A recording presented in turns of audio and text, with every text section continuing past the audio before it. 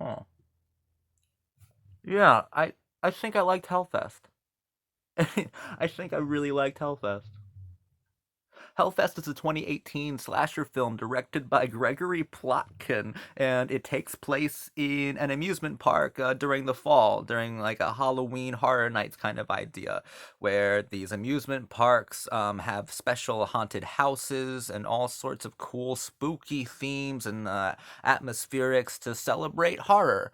I live in Florida, so I've been to Halloween Horror Nights and like Busch Gardens, every fucking amusement park here, and there are a lot of them. They all have their own little spooky celebration, and some of the actors who do perform in those kinds of things, like a Halloween Horror Nights, are kind of fucking lunatics. They are kind of weird, and they do like to hyperfixate on random groups of people and follow them around. That's fucking ridiculous, and they get right up in your face with like a baseball bat and like or a chainsaw or some fucking blunt instrument and go really close to hitting you with it. And it's like there's no possible way you can practice that. There's no fucking way you're a professional. I almost hit you in the face with a baseball bat. You're not there's That's not a thing that people are. That's just not a thing that people are. But if you're like me, that's really fun. Like, I'm really anarchic and nihilistic and fucking stupid, and just color me with reckless abandon because that sounds like a fucking good time. I like the idea of being almost permanently disfigured at a theme park. That's fun. I like being scared. I like spooky things. And when I go to Halloween Horror Nights, I typically go with friends. I'm a lot like the Taylor of the group.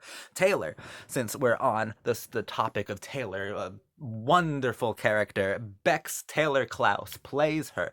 They're wonderful. They are slasher icons. I know Bex very well from the MTV Scream series, which they completely carried. Bex carried that show by far. The most engaging and interesting part of the show was Bex. Bex rules, and Bex rules in Hellfest. I think Hellfest cements them as a slasher movie icon. Bex was my favorite character. Bex had the most energy. Bex had the most like stylistic fucking glee. It felt real when Bex was on screen here. Bex is so fucking cool, and I love Bex to death. And seeing Bex share a scene with Tony motherfucking Todd.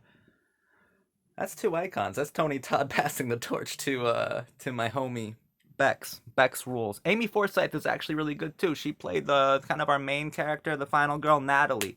Here, I was really I knew that Bex would be great. I knew that they're always great, but I was surprised by how great Amy Forsyth was as Natalie. Great final girl. Really easy to transmit like pathos. I really felt for her. She was awesome. She was awesome too.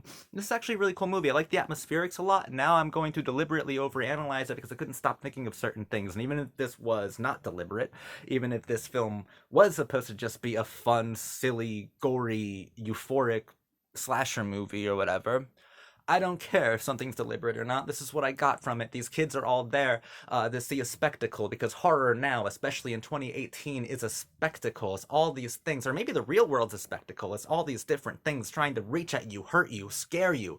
But it's all in good fun, right? It's all in good fun, except when it isn't. You can always tell that something is fake, except when it's real, right? So it's like we're watching this horror genre going through the motions of teen media, and it's all these things that are pretending to harm or damage our main group of kids. All these things are they're pretending to harm you. It's simulating harm. It's simulating being harmful, and then something that is directly terrifying, directly damaging, directly damaged has entered into this kind of theme park world of the horror genre and is actually deliberately torturing, hurting, and murdering these kids while they're trying to have a good time and like really like just soak up the detail and the atmospherics because horror, if anything, has been diluted to a fucking aesthetic lately. So they're like looking around at all the cool lighting. And by the way, the lighting and atmosphere is awesome in this movie. Who wouldn't want to actually go to Hellfest? It looks like too good to be true. It looks great. But I love the lighting. I love the framing. I love the attention to detail. I love the Yeah, I love the atmospherics. It's great, but I think that this film kind of humiliates that aspect of it. The kids are really into the theatrics of horror. They're really into the aesthetics of horror, and when something that is truly horrific kind of trespasses into that safe zone and starts to punish these kids. And you don't even know why they're being killed, but when something horrific actually decides to punish these kids and murder these kids in some pretty damn grotesque and pretty fucking brutal and fucked up ways, like, it's wild. It's absolutely wild because media can be harmful, media can be damaging, and if every form of media seems to have a duplicitous edge, but at the end of the day, oh, we're just kidding, this is just fun, we're just actors. Well, not everyone is. Not every media outlet, not every film is just kidding. Some want to hurt you. And horror should be dangerous as well. Like, this killer needs to be here. And we don't really know exactly why the killer is doing this thing. It's showing him. It shows him. I'm supposing it's a him. Yeah, he's called Daddy at the end. He goes back to this normal suburban home, and you know, it just seems to be like a normal fucking dude. Uh, which could also speak to it's the older generation preying on the newer generation through media. It's the arbiters of media. It's our directors, our filmmakers, our writers, our creatives preying on people who just started college because that's your target demo. You want to ruin them, right? You want to ruin them. You want to hurt them. Hellfest is really brilliant because if any part of what I just said was in any way deliberate, which I'm not entirely sure that it was, then that means like Gregory Plotkin is intensely good.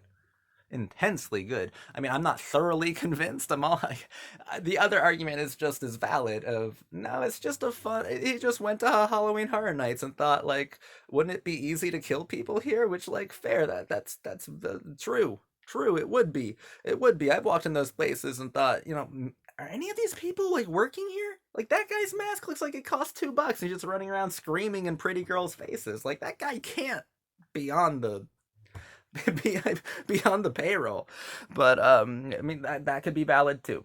That Plotkin just wanted to make a fun and silly and disturbing horror movie, but incidentally, it says a lot about the way that that teenagers, that young people engage with media. Like it's a fun atmosphere. It's a fun ride, except when the ride starts to target you, and that's what certain controversial genres like horror can do and are supposed to do, are designed to do actually.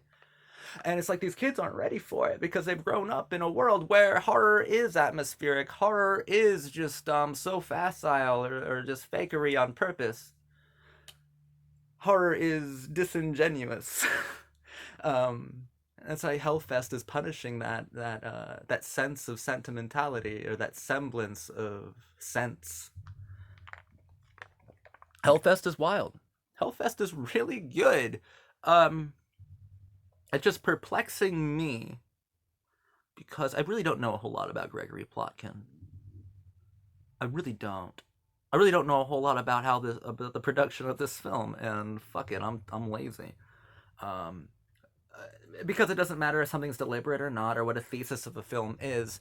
This film, even if we are removing my hyper analytical reading of it, even if we can remove that, it's still just super fun. Even if it is just the atmospheric that I think the film is secretly condemning, even if it is just that surface level is pretty cool to look at. Like you don't feel like you're wasting your time watching it. It's just that there's that extra layer, like our killer, because it asks you to create a motive for the killer. It completely asks you to do that. It's weird. There were two films I was thinking of the most while watching it. Not that this has anything to do with the motive. You're given motivation for both the films I'm going to name, but like the original My Bloody Valentine and Urban Legend, 1998. I was thinking of those two films. This feels like a Jamie Blanks movie. It feels like Valentine and Urban Legend a lot. It really does. At least stylistically, it has a certain attitude I can't quite place my finger on. The kind of attitude that made it stand out in that late '90s postmodern moment that like Urban Legend came out. The kind of thing that made Jamie Blanks pop. That's what I feel from this movie. There's something here that is rather remarkable that's difficult to articulate.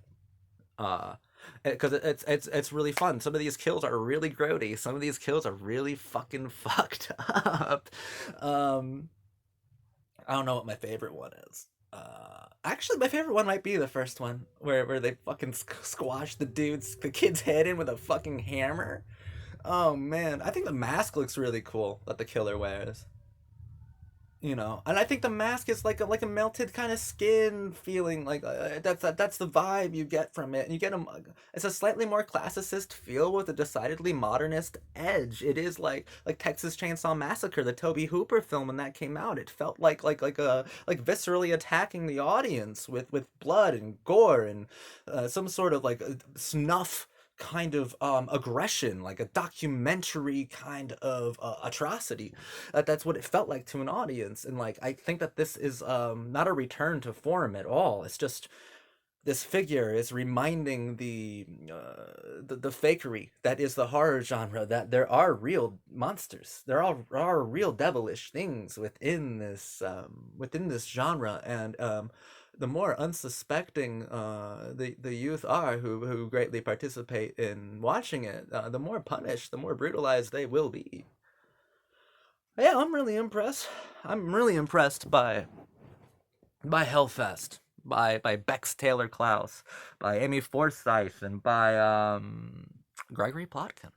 Really impressed by it. Highly recommend it. Do you think I'm overreaching?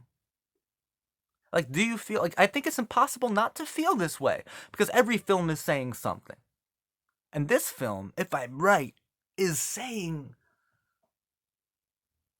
some extremely sophisticated things about its genre, about media, about art, about the teen character as it was or still is in the late 20 teens and early 2020s. It's saying a remarkable amount of like quality fucking things. It has a lot of concepts.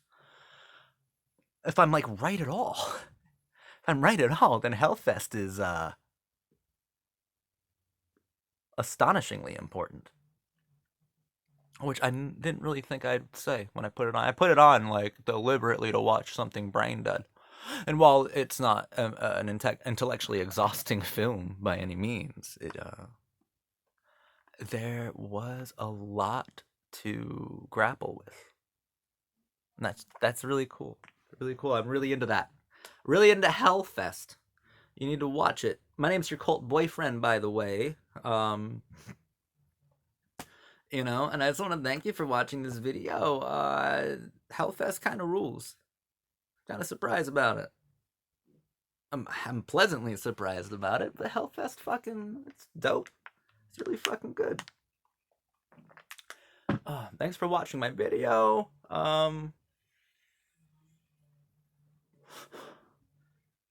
Don't know what else to say because I'm kind of shook that I really liked this movie as much as I did. I'm used to liking movies that not a people like or that people claim are shallow, but I don't think are. I'm used to this, but I don't normally surprise myself.